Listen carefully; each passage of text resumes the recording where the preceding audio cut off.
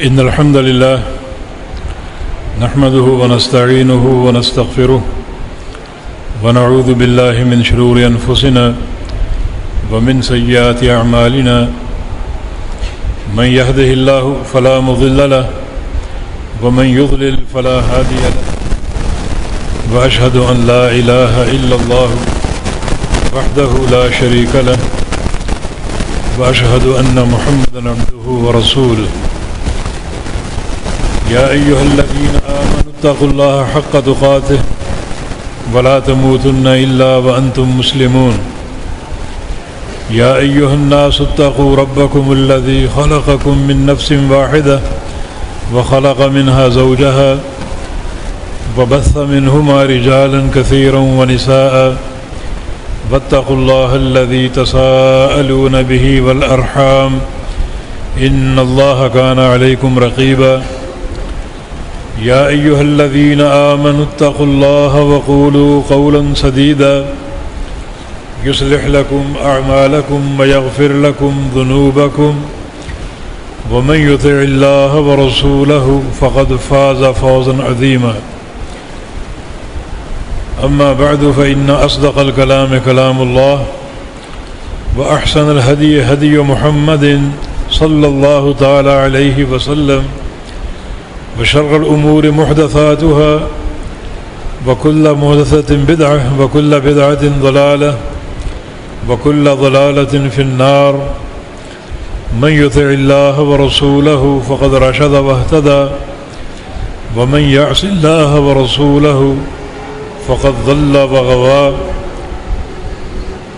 اللهم صل على محمد وعلى آل محمد كما صليت على إبراهيم وعلى آل إبراهيم إنك حميد مجيد اللهم بارك على محمد وعلى آل محمد كما باركت على إبراهيم وعلى آل إبراهيم إنك حميد مجيد سبحانك لا علم لنا إلا ما علمتنا إنك أنت العليم الحكيم رب اشرح لي صدري ويسر لي أمري واحلل عقدة من لساني يفقه قولي لقد قال الله سبحانه وتعالى أعوذ بالله من الشيطان الرجيم من همزه ونفخه ونفسه بسم الله الرحمن الرحيم وإذا سألك عبادي عني فإني قريب أجيب دعوة الداعي إذا دعان فليستجيبوا لي وليؤمنوا بي لعلهم يرشدون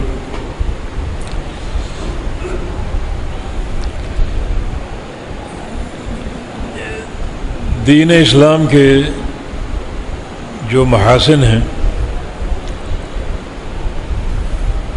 خوبیاں اور برکات ہیں،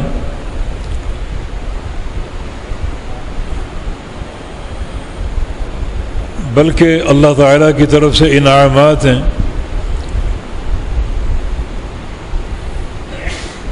ان میں سے ایک انعام دعا کا انعام ہے جو اللہ رب العزت نے اپنے بندوں کو عطا فرمایا ہے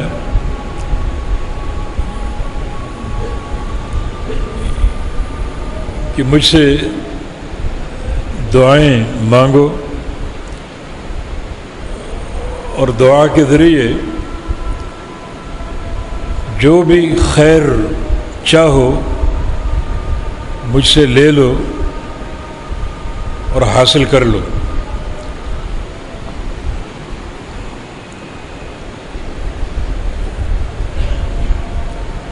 اللہ رب العزت ان بندوں سے خوش ہوتا ہے جو دعائیں کرتے رہتے ہیں۔ بقول ایک شاعر کے اللہ یغضب ان ترکت سؤالہ وابن آدم حین یسأل یغضب۔ انسانوں کا معاملہ یہ ہے کہ ان سے اگر مانگو گے تو وہ ناراض ہوں گے، اور اللہ تعالیٰ کا معاملہ یہ ہے کہ اس سے اگر نہیں مانگو گے تو وہ ناراض ہوگا.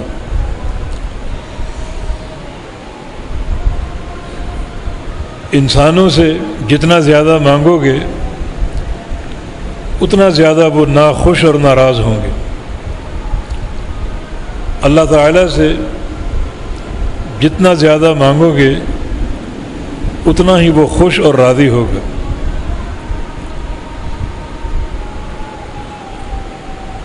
اللہ تعالیٰ سے اگر نہیں مانگو گے تو وہ ناراض ہوگا.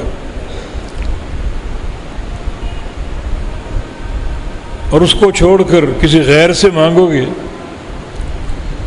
تو ایسا ناراض ہوگا کہ روز قیامت تمہیں مشرک قرار دے کر ہمیشہ ہمیشہ کے لیے جہنم میں داخل کر دے گا. تو یہ دعا اللہ تعالیٰ سے سوال یقیناً ایک عظیم الشان نعمت ہے، اللہ تعالیٰ کی عطا کردہ نعمت. یہ دعا کیا ہے؟ یہ حقیقت میں اللہ تعالیٰ کی توحید کا اقرار و اعتراف ہے.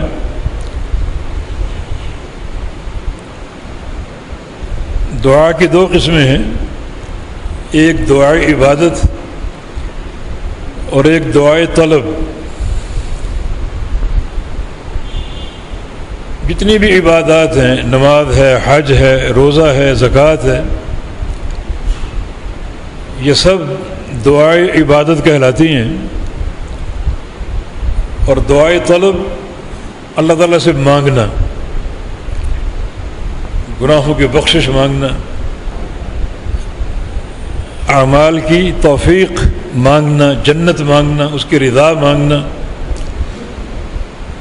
جو چاہے مانگیں، دنیا کی خیرات، آخرت کی خیرات، یہ سب دعائے مسئلہ یا دعائے طلب کہلاتی ہیں. اور یہ توحید کی اساس ہے، جس کا معنی پورا دین دعا کا دین ہے. نبی علیہ السلام کی حدیث ہے الدعاء العبادہ، کہ دعا ہی عین عبادت ہے اور عین توحید ہے.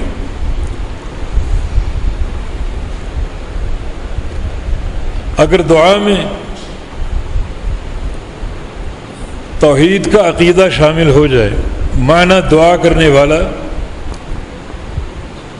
اللہ تعالیٰ کی توحید کا اقرار و اعتراف کرنے والا ہو،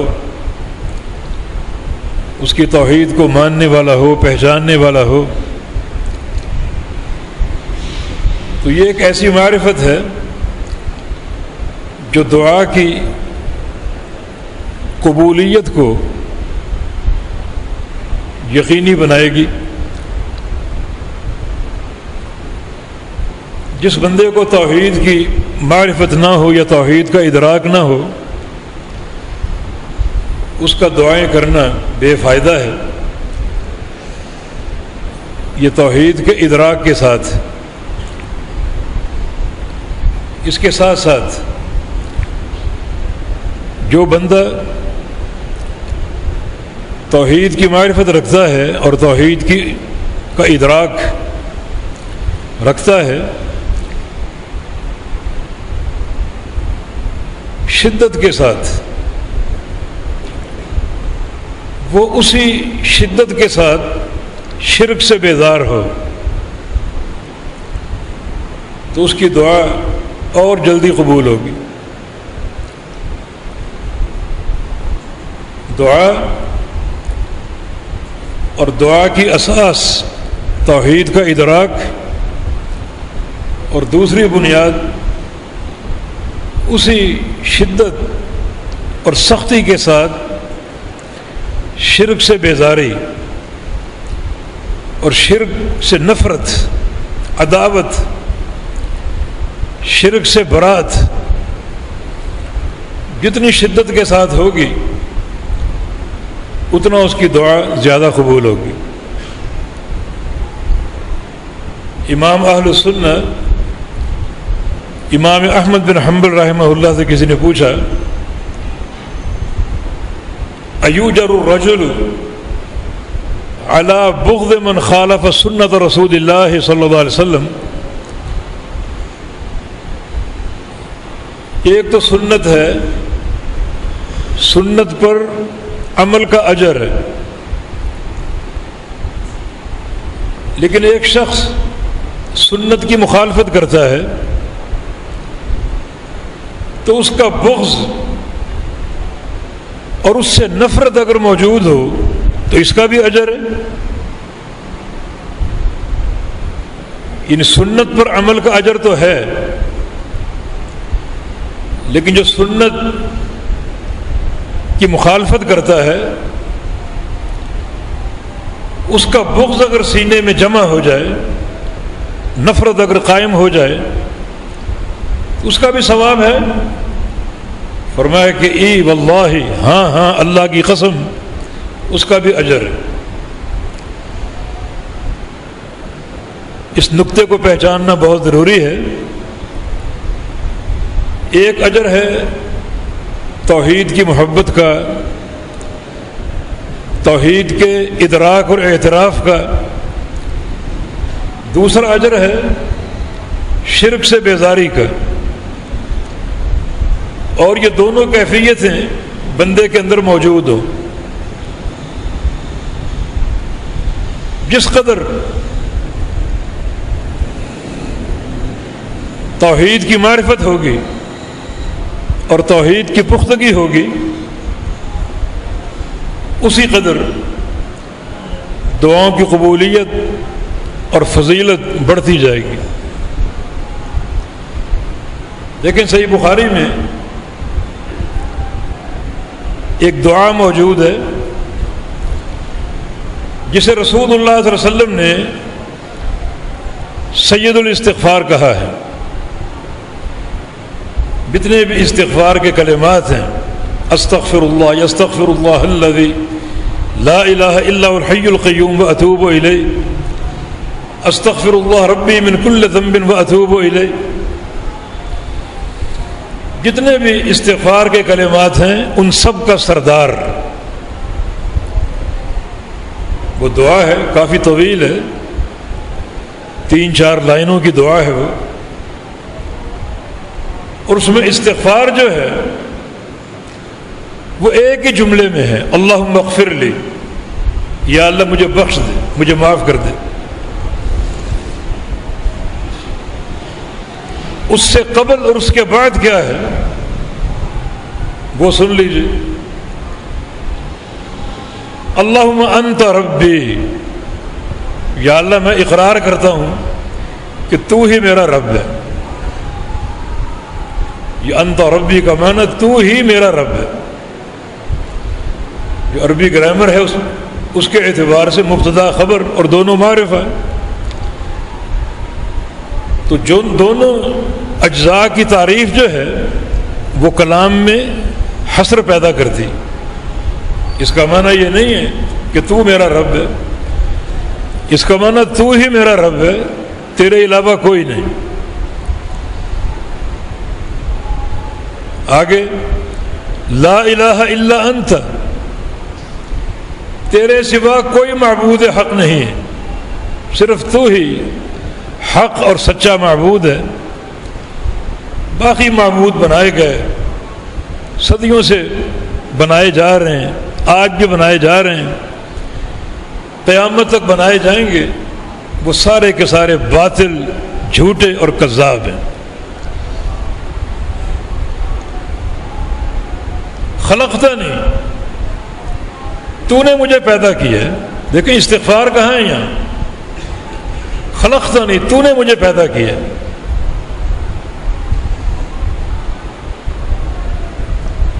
وانا عبدک، یہ بھی ایک اعتراف ہے، میں تیرا بندہ ہوں،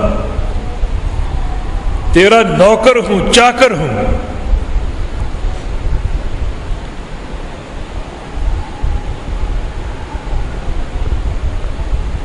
وَأَنَا عَلَىٰ عَهْدِكَ وَوَعْدِكَ مَا اسْتَطَعْتُ، اور میں تیرے عہد پر قائم ہوں،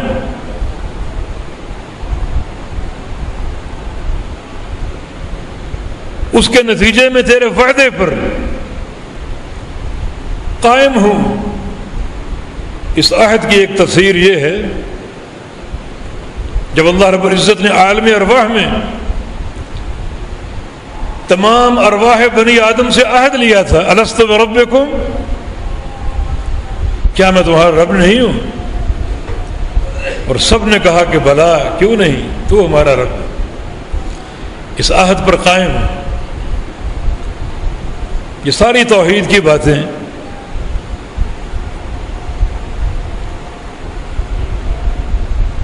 ابوء لک بنعمتک علی، اور میں اقرار کرتا ہوں جتنی بھی نعمتیں مجھے میسر ہیں، حاصل ہیں، وہ ساری تیری طرف سے ہیں۔ کوئی درگاہ، کوئی زندہ مردہ کچھ نہیں دے سکتا، ایک ذرہ بھی نہیں دے سکتا۔ وہ کھجور کی گٹھلی کے چھلکے کے بھی مالک نہیں ہے۔ یہ ہر نعمت تیری طرف سے ہے، میں اس کا اقرار کرتا ہوں، اعتراف کرتا ہوں۔ وہ ابوء بذنبی، اور اپنے گناہوں کا بھی اقرار کرتا ہوں۔ بڑے گناہ کر رکھے ہیں، بڑی معصیتیں سرزد ہوئی مجھ سے، قدم قدم پر پاپ کما رکھے ہیں۔ فاغفر لی، بس مجھے بخش دے، مجھے معاف کر دے۔ یہ استغفار، چھوٹا تھا ایک جملہ استغفار کا، نہ آگے استغفار کا کلمہ نہ پیچھے استغفار کا کلمہ، اور اس کو سید الاستغفار کہا گیا۔ اور آخری جملہ فَإِنَّهُ لَا يَغْفِرُ الذُّنُوبَ إِلَّا أَنْتَ، یہ بھی میرا عقیدہ ہے کہ تیرے علاوہ کوئی گناہوں کو بخشنے والا نہیں ہے، صرف تو ہی گناہوں کو معاف کر سکتا ہے، اور گناہوں کو بخشنے کی قدرت تیرے پاس ہے، کسی اور کے پاس نہیں ہے۔ یہ جملہ بھی اللہ تعالیٰ کو خوش کر دینے والا ہے۔ صحیح بخاری کی حدیث ہے، بندے سے گناہ ہو جائے اور بندہ توبہ شروع کر دے تو اللہ رب العزت فرشتوں سے کہتا ہے دیکھو میرے بندے کو، اذنب ذنبا، گناہ کیا ہے، وعلم، اور اسے معلوم ہے، ان له رب یغفرہ، کہ اس گناہ کو صرف اللہ ہی معاف کر سکتا ہے۔ دیکھو کیسے مجھ سے معافی مانگ رہا ہے، توبہ کر رہا ہے، اور اللہ رب العزت فرشتوں کو گواہ بنا کر اس بندے کو معاف کر دیتے۔ یہاں وہی اقرار ہے، دوبارہ گناہ ہو گیا پھر بندہ توبہ شروع کر دیتا، اللہ تعالیٰ پھر فرماتا ہے دیکھو بندے نے وہی گناہ دوبارہ کر لیا اور دوبارہ معافی مانگ رہے۔ اسے اس بات کا علم ہے کہ دوبارہ بھی اللہ ہی معاف کرے گا، چلو ہم نے معاف کر دیا۔ تیسری بار پھر وہی گناہ ہو گیا، پھر رو رہے، تضرع کر رہے، معافی مانگ رہے۔ اب کی بار اللہ فرماتا ہے کہ ہم نے بندے کو معاف کر دیا اور ہمیشہ کے لیے معاف کر دی، کیونکہ بندے کا منہج واضح ہو چکا ہے کہ گناہ تو اس سے ہوگا، مگر یہ گناہ کرتے ہی توبہ کر لیتا ہے، تو اس کا معنی جب بھی گناہ کرے گا توبہ کر لے گا، اور توبہ جو ہے وہ گناہ کی معافی کی نوید ہے۔ نبی علیہ السلام کی حدیث ہے التائب من الذنب کمن لا ذنب لہ، جو گناہ سے توبہ کر لے وہ ایسے شخص کی مانند ہو جاتا ہے جس نے گناہ کیا ہی نہ ہو، بالکل پاک صاف۔ تو صحیح بخاری کی یہ دعا جو سید الاستغفار ہے، سارے استغفاروں کی سردار ہے،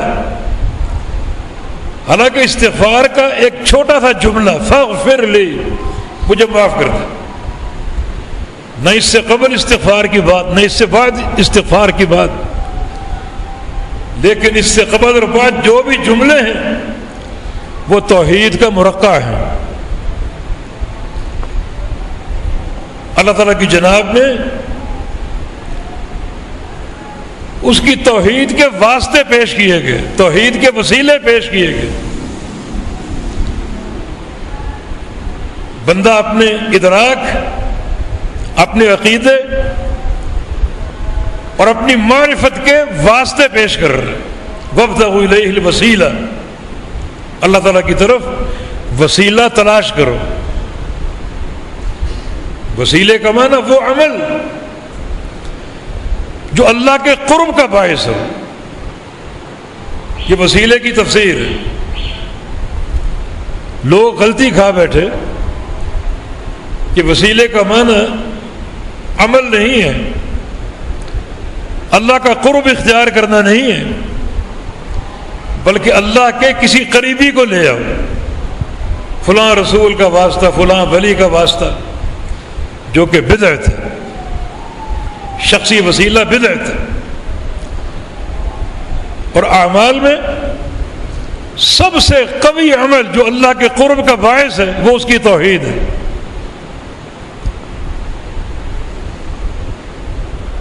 تو یہ سید الاستغفار،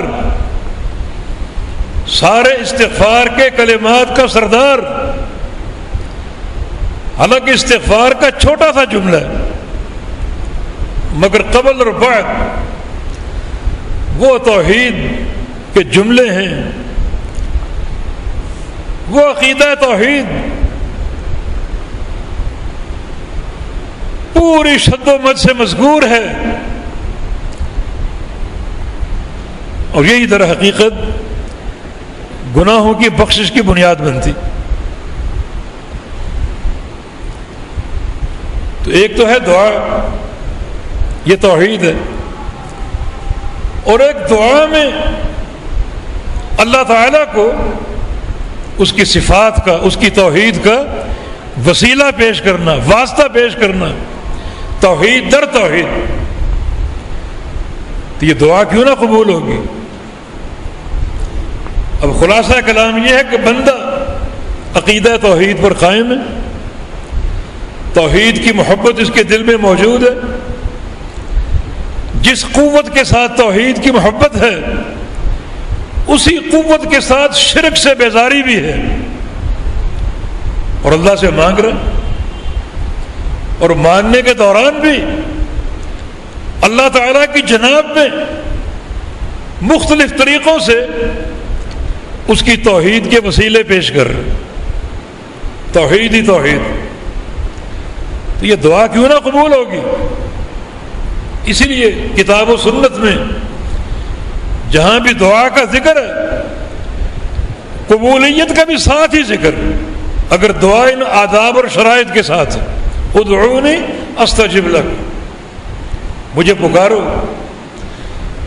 مجھ سے دعائیں کر لو، میں تمہاری دعائیں قبول کروں گا۔ دعا اور ساتھ ہی استجابت، ساتھ ہی قبولیت۔ وَإِذَا سَأَلَكَ عِبَادِي عَنِّي فَإِنِّي قَرِيبٌ أُجِيبُ دَعْوَةَ الدَّاعِ إِذَا دَعَانِ، میرے بندوں کو بتا دو میں ان کے قریب ہوں، جب بھی مجھے پکاریں گے، دعائیں کریں گے، میں دعائیں قبول کر لوں گا۔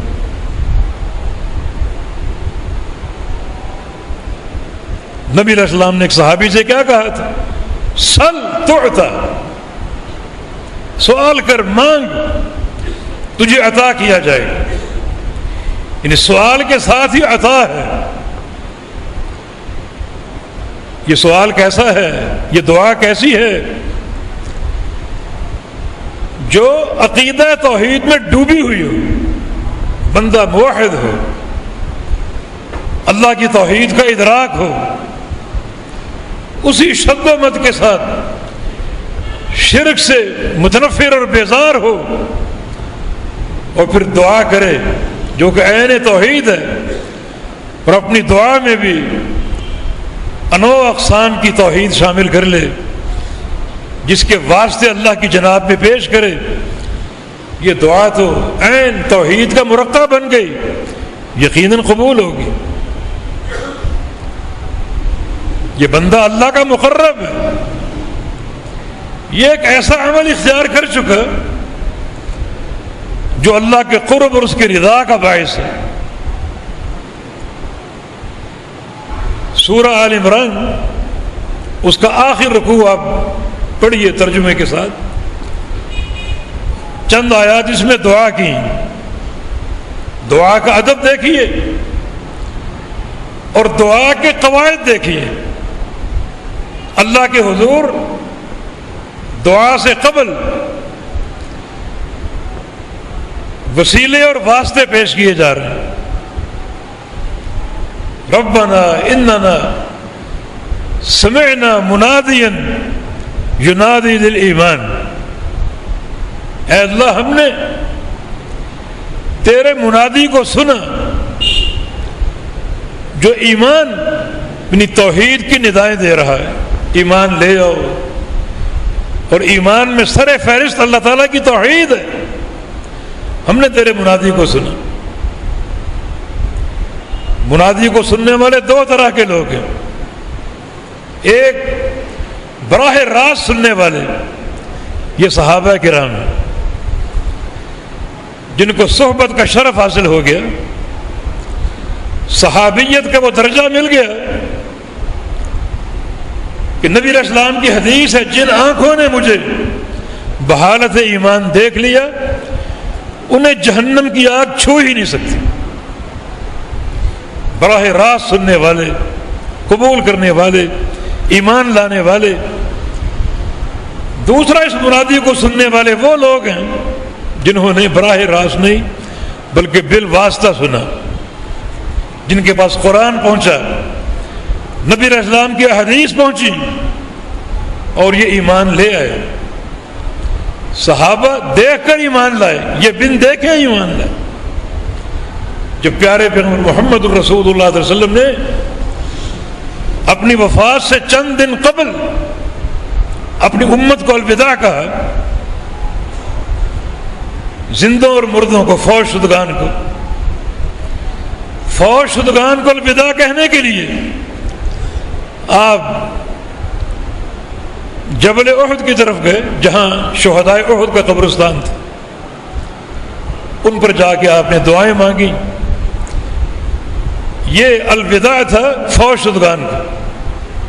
واپس لوٹے اور مسجد نبوی ممبر پر بیٹھے اور صحابہ کو خطبہ دیا، وعظ فرمایا۔ یہ الوداع کہا زندہ لوگوں کو۔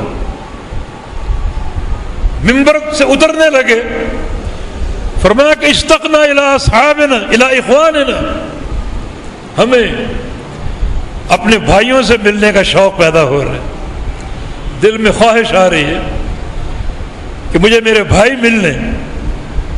صحابہ نے کہا السنا اخوانک، ہم آپ کے بھائی ہیں نا؟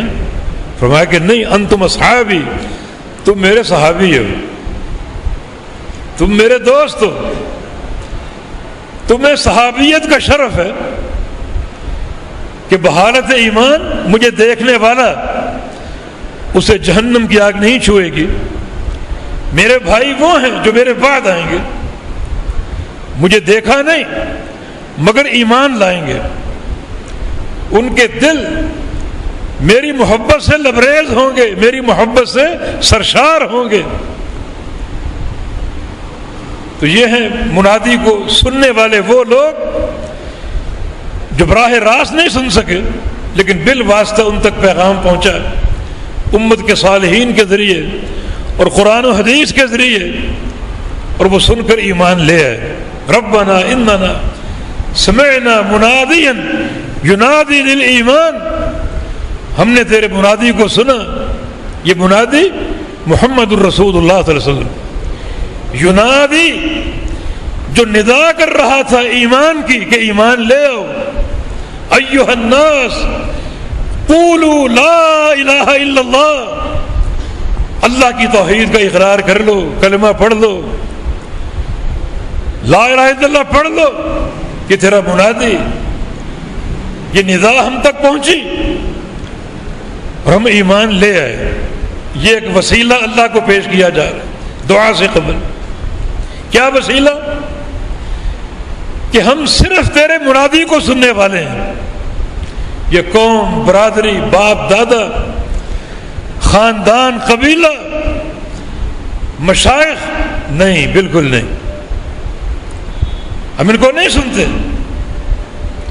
ان کی وہ بات سنیں گے جس کی موافقت اور تائید تیرا منادی فرما دے. تو پھر وہ منادی ہی کی بات ہوگی، وہ ان کی بات نہیں ہوگی، وہ شریعت ہی کی بات ہوگی. یا اللہ دعا مانگنے سے قبل یہ وسیلہ تیرے حضور پیش کر رہے ہیں، تیری جناب میں یہ واسطہ پیش کر رہے ہیں کہ ہم وہ لوگ ہیں جو صرف اور صرف تیرے منادی کو سننے والے ہیں، اور وہ منادی محمد کریم صلی اللہ علیہ وسلم، اور کسی کو نہیں. یہ بڑا عظیم وسیلہ ہے، یہ بڑا عظیم واسطہ ہے. اچھا، اس منادی کی ندا کیا تھی؟ ان آمنوا بربکم، اپنے رب پر ایمان لے آؤ، رب کو مان لو. اور رب کو ماننے کا سر فہرست نقطہ رب تعالیٰ کی توحید کا ہے، باقی باتیں بعد کی. مانا تیرے منادی کی ندا توحید خالص کی تھی. فآمنا، ہم نے اس ندا کو قبول کر لیا، ایمان لے آئے. یہ دوسرا وسیلہ اللہ کی جناب میں پیش کیا جا رہا ہے. دوسرا واسطہ، ایک خالص تیرے منادی تیرے حبیب کو سننا، اور دوسرا خالص تیری توحید کو قبول کر لینا. یہ دو واسطے پیش کر کے آگے 5 چیزوں کا سوال ہے. اللہ تعالیٰ کیوں نہ قبول کرے گا؟ 5 ہماری خواہشات ہیں، 5 سوال ہیں. فاغفر لنا ذنوبنا، ہمارے گناہوں کو معاف فرما دے.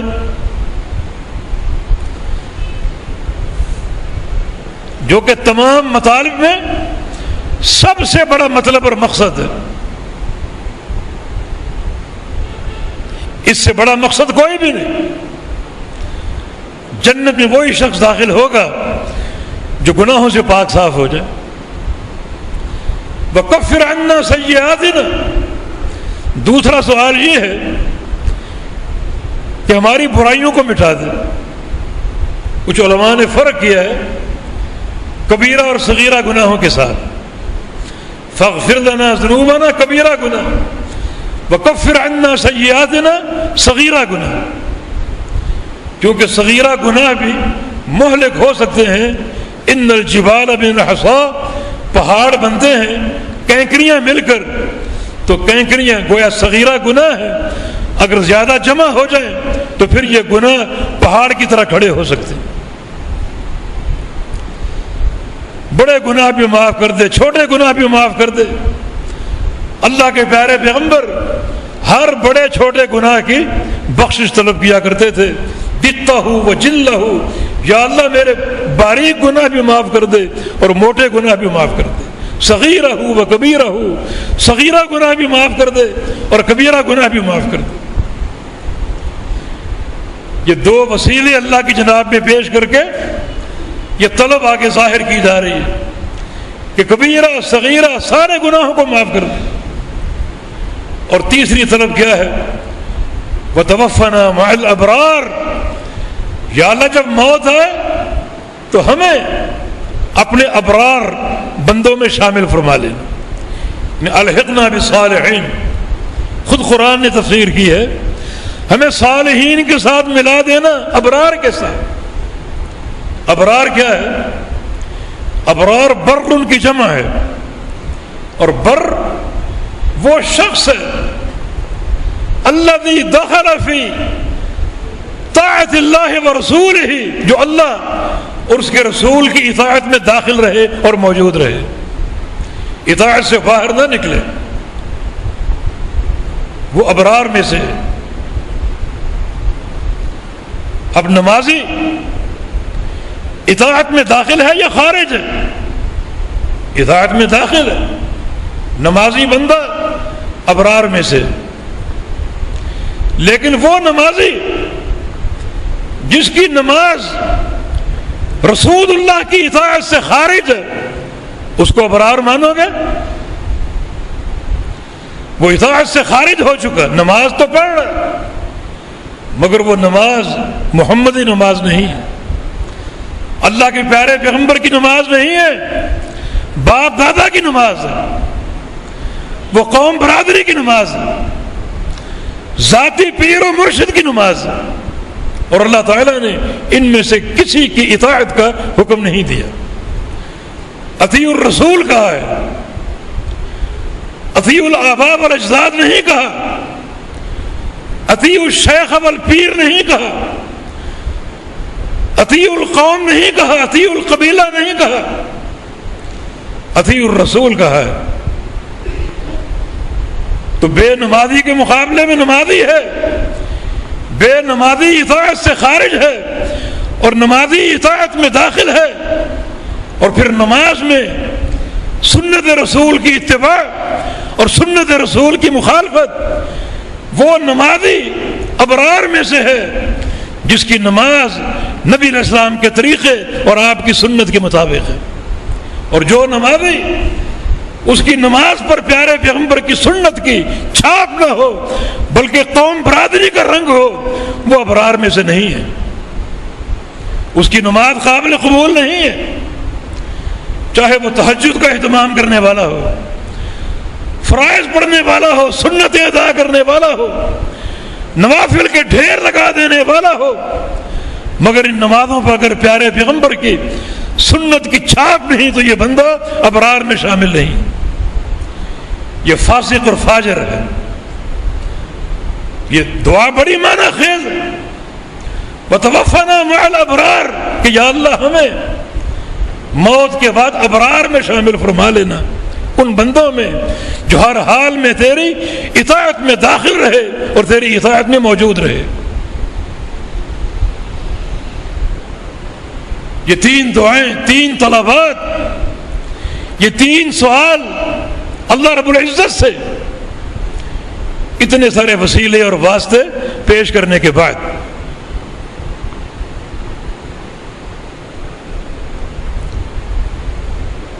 چوتھی طلب یہ ہے کہ الہ العالمین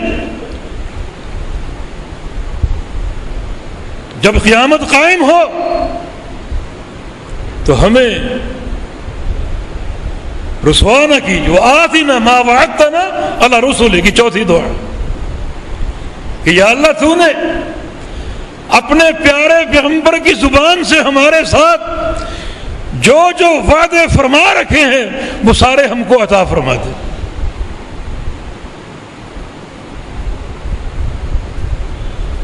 اپنے پیارے پیغمبر کی زبان سے جو جو وعدے فرما رکھے ہیں، چاہے وہ قرآن میں ہو چاہے وہ نبی کی احادیث میں ہو، وہ سارے ہمیں عطا فرما دے۔ کوئی خیر باقی بچی؟ اور پانچویں طلب یہ ہے کہ ہمیں قیامت کے دن رسوا نہ کیجیے، کیونکہ قیامت کے دن یہ رسوائی سب سے بڑی رسوائی ہے۔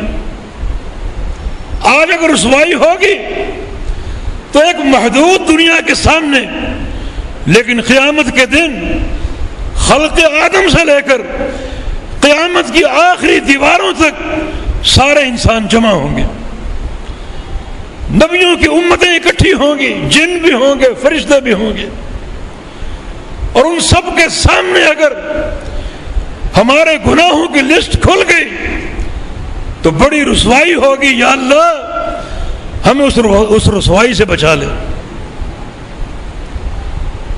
بلا تخزنا یوم القیامہ، قیامت کے دن ہمیں رسوا نہ کیجیے، رسوائی سے بچا لے۔ یہ دو آیتیں ان کو یاد کرنا ضروری ہے، ان کو سامنے رکھ کر دعا کا ادب سیکھو اور قبولیت دعا کے قواعد معلوم کرو کہ دعائیں کیسے قبول ہوں گی، کن قواعد پر چل کر قبول ہوں گی۔ اللہ تعالیٰ کی جناب میں دو وسیلے، دو واسطے پیش کیے گئے، تو ان واسطوں پر عمل پیرا ہونا بھی تو ضروری ہے نا۔ اس منادی کی اطاعت کا جذبہ نہ ہو اور قوم برادری کی پیروی کا جذبہ ہو تو یہ دعا ایک بار نہیں 1 کروڑ بار پڑھ لو، کوئی فائدہ نہیں۔ ان آمنوا بربکم، رب کی توحید پر ایمان نہ ہو، توحید کا ادراک نہ ہو تو یہ دعا لاکھوں بار پڑھ دو، کوئی فائدہ نہیں۔ جو واسطے پیش کر رہے ہو ان دونوں واسطوں کو اپنے عقیدے میں شامل کرو، ایک معرفت و ادراک کے ساتھ، جہل کے ساتھ نہیں، لوگوں کو دیکھا دیکھا نہیں، بلکہ دل کی گہرائیوں سے شرح صدر کے ساتھ۔ اللہ تعالیٰ دل کی سچائی کو جاننے والا ہے اور وہ سچائی ہی کام آئے گی کہ کون سچے دل سے اس منادی کی اتباع کر رہا ہے اور کون سچے دل سے اپنے رب کی توحید کو مان رہا ہے۔ پھر یہ واسطے پیش کرو، مثبت ذہنیت ہو کہ وہ اللہ کا سچا رسول ہے جو واجب الطاعہ ہے اور اللہ رب العزت پر ایمان اور اس کی توحید کا فہم انتہائی ضروری ہے۔ اور پھر اس کے جو مقابل دو حقیقتیں ہیں کہ جو لوگ اطاعت نہیں کرتے، سنت کو نہیں اپناتے، وہ قابل نفرت ہیں، اور جو لوگ اللہ کی توحید کو نہیں مانتے وہ بھی بغض اور نفرت کے قابل ہیں۔ جب یہ ساری حقیقتیں جمع ہو گئیں اور دعا سے قبل اللہ کے حضور یہ دو وسیلے رکھ دیے گئے، اب جو چاہو مانگو اللہ قبول کرے گا۔ یہ 2 آیتیں یاد کر لیجئے، آل عمران کی آخر رکوع کی آیتیں ہیں، اور جو 2 سوال کیے گئے ہیں، یہ 5 سوال، ان میں دنیا اور آخرت کی ساری بھلائیاں اور ساری خیرات جمع ہو چکی۔ دعا کا ادب بھی آئے گا، عقیدے کی صحت بھی ہوگی، اور جو متعلقات ہیں وہ بھی واضح ہوں گے، اور جو 5 عظیم الشان سوال ہیں وہ بھی اللہ کی توفیق سے حاصل ہوں گے۔ پیارے پیغمبر کی جتنی یہ دعائیں ہیں کتب سنت بھری پڑی ہیں، کوئی دعا اللہ تعالیٰ کے اسماء و صفات کے علم سے خالی نہیں، حتیٰ کہ جانوروں کو اس بات کا ادراک تھا۔ سلیمان علیہ السلام کے دور کی چیونٹی، اس کی دعا اللہم انا خلق من خلقک ولیس بنا غنی عن سقیاک، یا اللہ ہم تیری مخلوق ہیں اور تو ہمارا خالق ہے۔ اللہ کے حضور اس کے خالق ہونے کا واسطہ، اس کے خالق ہونے کا وسیلہ یہ چونٹی پیش کر رہی۔ ایک انسان پتہ نہیں کس کس کو خالق مانتا ہے، ایک انسان کا عقیدہ عجیب ہے، اس پہ مشکل آ جائے تو کتنے اس کے مشکل کشا ہیں، کتنے اس کے حاجت روا ہیں۔ 6 من کا سر اس کے پاس موجود ہے، جس کے اندر دماغ نامی چیز بھی ہوگی، لیکن چونٹی ننھا سا سر، اندر دماغ ہے یا نہیں، مگر یہ ادراک موجود ہے کہ مجھ پر جب بھی مشکل آئے گی اس مشکل کو حل کرنے والا، اس کا ازالہ کرنے والا زمین میں دفن نہیں بلکہ آسمانوں کے اوپر ہے۔ نبی علیہ السلام نے حدیث میں دعا کرتے ہوئے اس چیونٹی کی حیات قضائی بیان کی، فرعا نملۃ مستلقیۃ علی ظہرها رافعۃ ببعض قوائم علی السماء، کہ سلیمان علیہ السلام نے چیونٹی دیکھی اپنی پشت کے بل لیٹی ہوئی تھی اور اپنے ہاتھوں اور پاؤں کو آسمان کی طرف پھیلائے ہوئے تھی۔ تف ہے اس انسان پر جس پر مشکل آ جائے تو وہ زمین پر جھک کر زمین والوں سے دعائیں کرتا ہے، اس مردہ شخص سے جس کو اپنے ہاتھوں سے نہلایا اپنے ہاتھوں سے منو مٹی اس پر ڈالی اور اب تو ہمارا مشکل کشا بن گیا. بھلا جہاں شرک ہو وہاں عقل نامی چیز ہو سکتی ہے؟ مشکل کشا اللہ رب العزت ہے. اس چونٹی کے ادراک میں یہ عقیدہ شامل تھا کہ اللہ خالق ہے, اللہ ہی مشکل کو حل کرنے والا ہے. اور اللہ نے ایسی مشکل حل کی, سلیمان علیہ السلام لاؤ لشکر سمیت دعا کرنے آئے تھے, چونٹی کی دعا سن لی, اللہ کی طرف سے بشارت آ گئی, فرمایا کہ ارجعوا لقد سقیتم بدعوۃ غیرکم, فوراً لوٹو, موسلا دھار بارش ہونے والی ہے, اپنے گھروں کو پہنچ جاؤ, تم سے قبل چونٹی دعا کر چکی. اور اللہ نے اس کی دعا قبول کر کے پوری دنیا کو پیاس سے اور بربادی سے بچا لیا, کیونکہ سلیمان علیہ السلام کی حکومت پوری دنیا پر تھی, صرف انسانوں پر ہی نہیں, جنوں پر, درندوں پر, پرندوں پر, چرندوں پر. اللہ تعالیٰ نے پوری دنیا کو اور پوری خلق کو تباہی سے بچا لیا اس چونٹی کی دعا کو قبول کر کے. کتنا عجیب اور کتنا عظیم وسیلہ ہے جو اللہ کے دربار میں پیش کیا. اللہ کو کیسی یہ دعا پسند آ گئی, چونٹی کا ذکر بھی محفوظ رکھا, اس کی حالت بھی محفوظ رکھی, اس کی ٹانگوں کا ذکر بھی محفوظ رکھا, اس کی پشت کا ذکر بھی محفوظ رکھا, اس کی دعا کے کلمات بھی محفوظ رکھے. ان لوگوں کو جگانے کے لیے, جھنجھوڑنے کے لیے جن کے پاس من و عقل موجود ہے مگر بالکل اس سے کام نہیں لیتے, سوچ و بچار نہیں ہے اور شرک کی دلدل میں ڈوبے ہوئے ہیں. یہی لوگ ہیں در حقیقت اس دنیا میں نحوستوں کو پیدا کرنے والے اور سیاہیوں کو پیدا کرنے والے. یہ پاکستان جو لا الہ الا اللہ کی بنیاد پر حاصل ہوا, آج بچہ بچہ مخروط ہے اور آج انتہائی پیچیدہ حالات ہیں, داخلی سورشیں موجود ہیں, باطنی سازشیں موجود ہیں, اور یہ پاکستان ہر طرف سے گھرا ہوا ہے پریشانیوں میں. سبب ایک ہی ہو سکتا ہے, یہ قدم قدم پر شرک کی غلاظتیں اور شرک کی نحوستیں. کتاب و سنت کے دلائل اگر اثر انداز نہیں ہوتے تو آؤ اس چونٹی سے سیکھ لو اور چونٹی کی شاگردی اختیار کر لو.